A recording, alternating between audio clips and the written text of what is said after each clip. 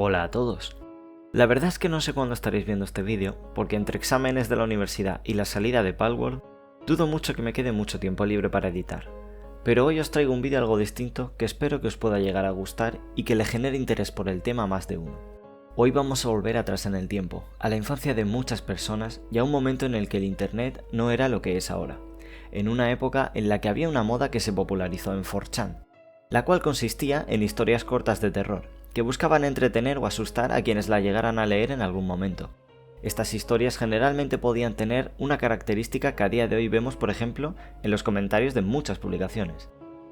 Esta característica es que eran historias que podían copiarse y pegarse para así difundirse rápidamente, lo que en la actualidad llamamos copypaste, y de ahí su nombre, las creepypastas. Es complicado que a día de hoy alguien no conozca el término creepypasta. Estas historias fueron muy populares en su momento, y en ellas se crearon iconos del terror que han llegado incluso a la gran pantalla, como es el caso de Slenderman. Aunque si a día de hoy hablas de estas, puedes recordar muchas de hace años, pero dudo mucho que repienses en una que conociste hace poco. ¿Por qué? Bueno, si preguntas esto en cualquier lado, la respuesta que te darán es seguramente las creepypastas se arruinaron. Ahora, si preguntas por qué, las respuestas sí que pueden ser muy variadas. Que estas se basaran en videojuegos o series de niños, el que se explotaran los mismos clichés, que todas fueran copias de otras, la propia comunidad infantilizando o sexualizando a personajes pensados para dar miedo, y mil razones más. Pero creo que mucha gente tiene un personaje en mente cuando hablamos de la decadencia de los creepypastas. Un personaje que, si bien a algunos nos dio miedo en su momento, fue maltratado por la comunidad. Jeff the Killer. A ver, Jeff the Killer no tiene ni de lejos una historia merecedora de un premio. Pero muchas de las historias de esa época tampoco. Y hay que decir que si eras un niño de 11 años y veías esta imagen, como mínimo te generaba una gran incomodidad. Y es que este personaje buscaba ser una especie de Jason, un asesino icónico. Pero no fue así ni de lejos. Lo que se consiguió con esta historia fueron miles de fanarts turbios sobre el personaje. Además de que mucha gente, por alguna razón, encontraba esto atractivo. Por supuesto que este no fue el único personaje que recibió esto. El mismo Slenderman u otros personajes como A.L.S. Jack también sufrieron de esto, pues todas las creepypastas pasaron de ser historias de terror a ser personajes utilizados para historias de Wattpad o Gacha Life. Además de las mil y una variantes que iban apareciendo cada vez que alguien quería crear una historia que ya de principio tirara de la popularidad de otro personaje. Pero esto fue así prácticamente desde el principio. Como en cada comunidad siempre existía un lado bueno y un lado malo. Había creepypastas que conseguían infundir terror, historias que incluso podrían llegar a parecer reales, y otras que, aunque no fueran sinceramente muy buenas, podrían llegar a hacer que alguien tuviera que dudar de su veracidad.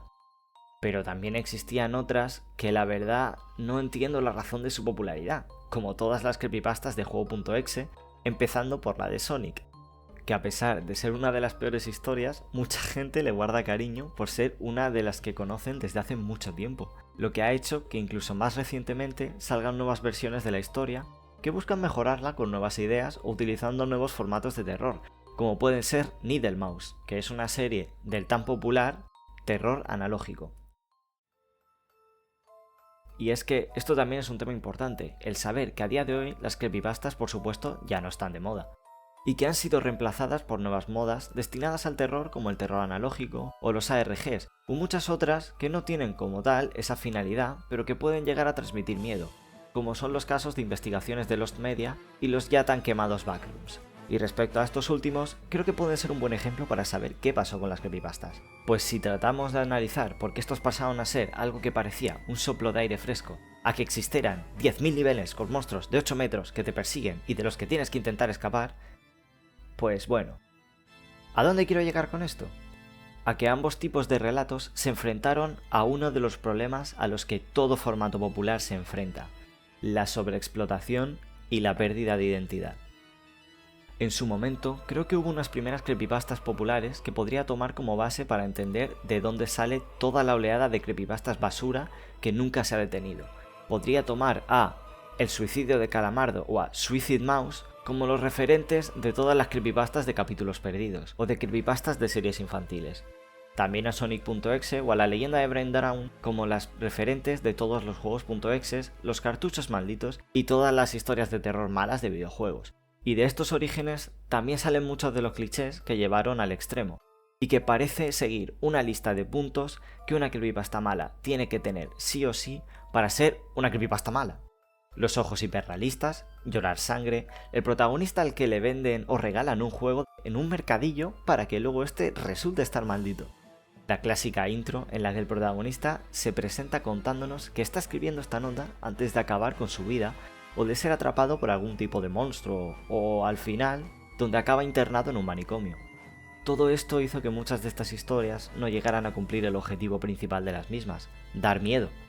Pues pasamos de historias que nos narraban cómo un hombre que se había perdido en el bosque y que intentando escapar de ese laberinto natural no podía dejar de sentirse observado, de escuchar sonidos o incluso de ver una silueta para al final lograr escapar y poder contarnos esta horrible experiencia, a una historia en la que desde el principio se nos dice que el protagonista está escribiendo una nota con su sangre, que ya no puede más porque sus padres lo enviaron a un manicomio por decirle que un peluche de Red lo había intentado matar después de jugar al nivel prohibido de Angry Birds.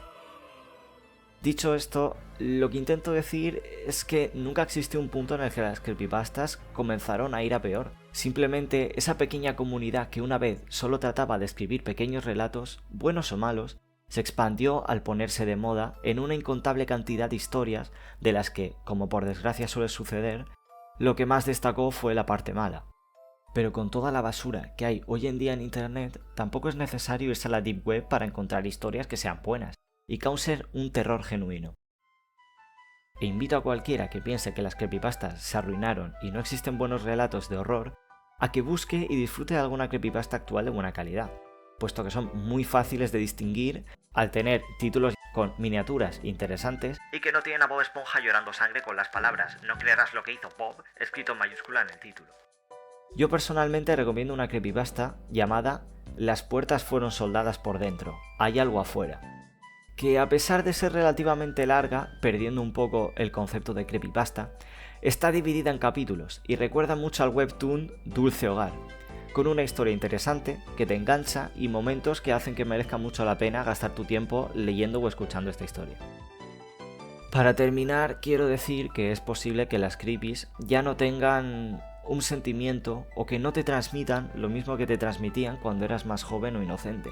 Pero es que esa es una de las razones por las que pensamos que ahora son peores. El público que consumía este contenido en su momento ha crecido, y puede que una historia que en su momento no te dejaba dormir, a día de hoy te resultara totalmente estúpida y sin sentido. Y es normal, nosotros no somos las mismas personas que éramos hace 10 años, pero siempre podemos llegar a encontrar algo que disfrutar si buscamos bien. Eso ha sido todo lo que tenía que decir de este tema hasta hoy. Espero que hayáis disfrutado del vídeo. Yo ahora me voy a escribir mi historia súper terrorífica del Pikachu que comía bolas.